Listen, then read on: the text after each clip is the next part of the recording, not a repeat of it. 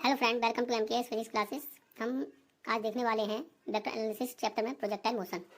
देखिए, अगर कोई भी पार्टिकल है, कोई भी ऑब्जेक्ट है, कोई भी वस्तु है, अगर हम उसे क्षैतिज रूप से, ये आपकी क्या होगी, हॉरिजॉन्टल लाइन हो गई, और ये क्या होगी आपकी वर्टिकल लाइन, जिसको हम क्षैतिज बोल रहे हैं, इसी को क्या बोलेंगे, ऊर्ध्वाधर। क्या बोलेंगे, ऊर्ध्वाधर। अगर किसी भी वस्तु को क्षैतिज या ऊर्ध्वाधर से भिन्न दिशा में फेंकते हैं इस तरीके से, कितने एंगल पर, थीटा पर, तो वो जो पाथ बनाती है वो इस तरीके का पाथ बनाती है। इसी को हम बोलते हैं प्रक्षेप्य पाथ, प्रक्षेप्य पथ। तो कहने का मतलब क्या है, आप क्या किस तरीके से लिखना चाहोगे, लिख सकते हो। जब किसी भी वस्तु को ऊर्ध्वा क्षैतिज से भिन्न दिशा में फेंका जाता है तो उस पर एक गुरुत्वीय त्वरण काम करने लगता है। अगर हम किसी वस्तु को हम फेंकते हैं ऊपर की तरफ तो हमेशा उस पर एक गुरुत्वीय त्वरण ऊर्ध्वाधर नीचे की तरफ काम करेगा। कहने का मतलब, जब किसी वस्तु को ऊर्ध्वा क्षैतिज से भिन्न दिशा में फेंका जाता है तो उस पर एक गुरुत्वीय त्वरण ऊर्ध्वाधर नीचे की ओर काम करने लगता है, जिससे वह वस्तु एक पथ बनाती है। क्या बनाती है, पथ। उसको हम बोलते हैं प्रक्षेप्य पथ, और इस पथ पर होने वाली गति को हम बोलते हैं प्रक्षेप्य गति। ठीक है, और जहां से हम फेंकते हैं उसे हम बोलते हैं प्रक्षेपण बिंदु। आप वीडियो को पॉज करके लिख भी सकते हो, इसलिए एक बार और बता देता हूँ। जब किसी वस्तु को क्षैतिज और ऊर्ध्व से भिन्न दिशा में फेंका जाता है तो उस वस्तु पर गुरुत्वीय त्वरण ऊर्ध्वाधर नीचे की ओर कार्य करने लगता है, जिससे वह वस्तु एक वक्र पथ पर गति करने लगती है। उस वक्र पथ को प्रक्षेप पथ कहते हैं, और इस पथ पर होने वाली गति को प्रक्षेप गति कहते हैं, और जहां से वस्तु फेंकी जाती है उसे हम प्रक्षेपण बिंदु कहते हैं। अब फ्रेंड, हमें ये सिद्ध करना है कि प्रक्षेप्य का पथ परवलयाकार होता है। हमें सिर्फ so that the projector path is parabolic. तो सबसे पहले हम समझते हैं पैराबोलिक के बारे में, परवलय के बारे में। इसमें हमारे दो चर होंगे, एक्स और वाई। तो या तो एक्स दो घात में हो, वाई एक घात में, या वाई दो घात में, या एक एक्स घात में। तो जो भी वक्र बनता है इस इक्वेशन से उसको हम बोलते हैं परवलय। क्या बोलते हैं, परवलय की समीकरण। तो हमें यही सिद्ध करना है, ये जो पाथ बन रहा है इस पाथ का हमें समीकरण निकालना है। अगर समीकरण एक्स में दो घात, वाई में एक घात, या फिर वाई में दो घात, एक्स में एक घात आता है तो ये समीकरण किसे प्रदर्शित करेगा, परवलय को। फिर हम बोल सकते हैं कि प्रक्षेप का पथ परवलयाकार होता है। तो देखो,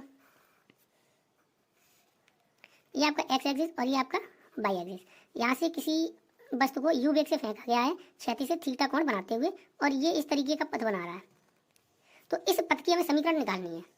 ठीक है, किसी वस्तु को क्षैतिज से थीटा कोण बनाते हुए यू वेग से फेंका गया है, तो ये इसका क्या हुआ, मूल बिंदु। अब इसके घटक करो, थीटा की तरफ हमेशा कोस में टूटता है, किसमें, तो ये जो घटक होगा ये क्या होगा, यू कोस थीटा, और ये जो लंबवत होगा वो क्या होगा, यू साइन थीटा। क्षैतिज घटक क्या होगा, यू कोस थीटा, ऊर्ध्व घटक क्या होगा, यू साइन थीटा। अब देखो, इसमें दो घटक है, एक क्षैतिज घटक है, एक ऊर्ध्व घटक है। तो कहने का मतलब, जो भी वस्तु गति कर रही है वो एक समतल में गति कर रही है, एक प्लेन में गति कर रही है, और उस तल का नाम क्या देंगे, एक्स वाई तल। तो यहाँ पर दो गतियाँ हैं, क्षैतिज में भी हैं और ऊर्ध्वाधर में भी हैं। तो हम दोनों गतियों के लिए गति के समीकरण लगाएंगे। तो सपोज हमने माना कि टी टाइम में कोई वस्तु जो है पी पॉइंट पहुंच जाती है, जिसका निर्देशांक क्या है, एक्स कॉमा वाई। तो सबसे पहले हम बात करते हैं ऊर्ध्व गति के लिए।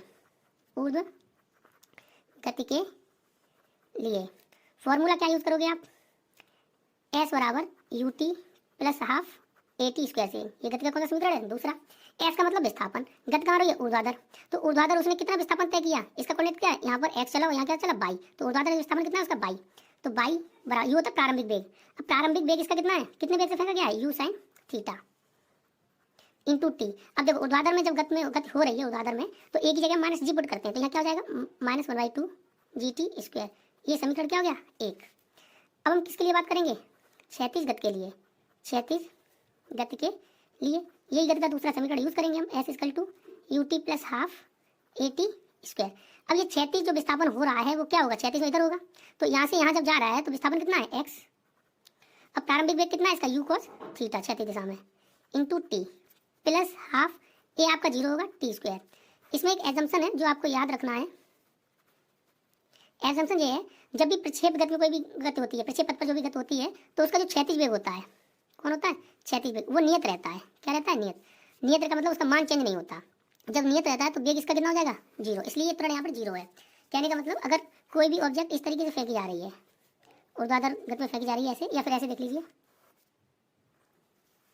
इस तरीके से, तो यहाँ पर क्षैतिज घटक क्या होगा, यू कोस थीटा, ऊर्ध्वाधर घटक क्या होगा, यू साइन थीटा। तो यहाँ पर आएंगे तो इसका क्षैतिज घटक यही बना रहेगा, यू कोस थीटा, लेकिन ये चेंज हो जाएगा आपका ये वाला।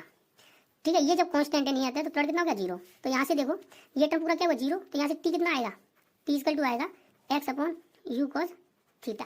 इस टी का मान उठा करके समीकरण 1 इसमें रख दो, तो कितना होगा, Y equal to U sine theta into T, Y equal to U sine theta into T. T की वैल्यू क्या है, X upon U cos theta, minus क्या था, 1/2 जी टी स्क्वायर। टी का मतलब X upon U cos theta का square. अगर हम देखें तो बाई इक्वल टू क्या होगा, यू से यू कैंसिल, तो sine theta upon cos theta क्या बना, टेन थीटा, तो क्या लिखोगे tan theta into x minus 1/2 G. X का स्क्वायर करोगे तो क्या होगा एक्स स्क्वायर अपॉन इसका स्क्वायर करोगे तो क्या होगा you square sine square theta. अब देखो ये एक परवलय पथ की समीकरण है, प्रक्षेप पथ की समीकरण है। कभी भी अगर पूछी जाती है तो आपको ये लिखना पड़ेगा Y equal to tan theta X minus 1/2 G X square upon U square sine square theta. अब देखो ये एक्स में कितनी दो घात, वाई में कितनी एक घात, तो क्या लिखोगे यह समीकरण एक्स में दो घात और वाई में एक घात है जो परवलय की समीकरण को निरूपित करती है। अतः प्रक्षेप का पथ परवलयाकार होता है। ठीक है फ्रेंड, थैंक यू फ्रेंड।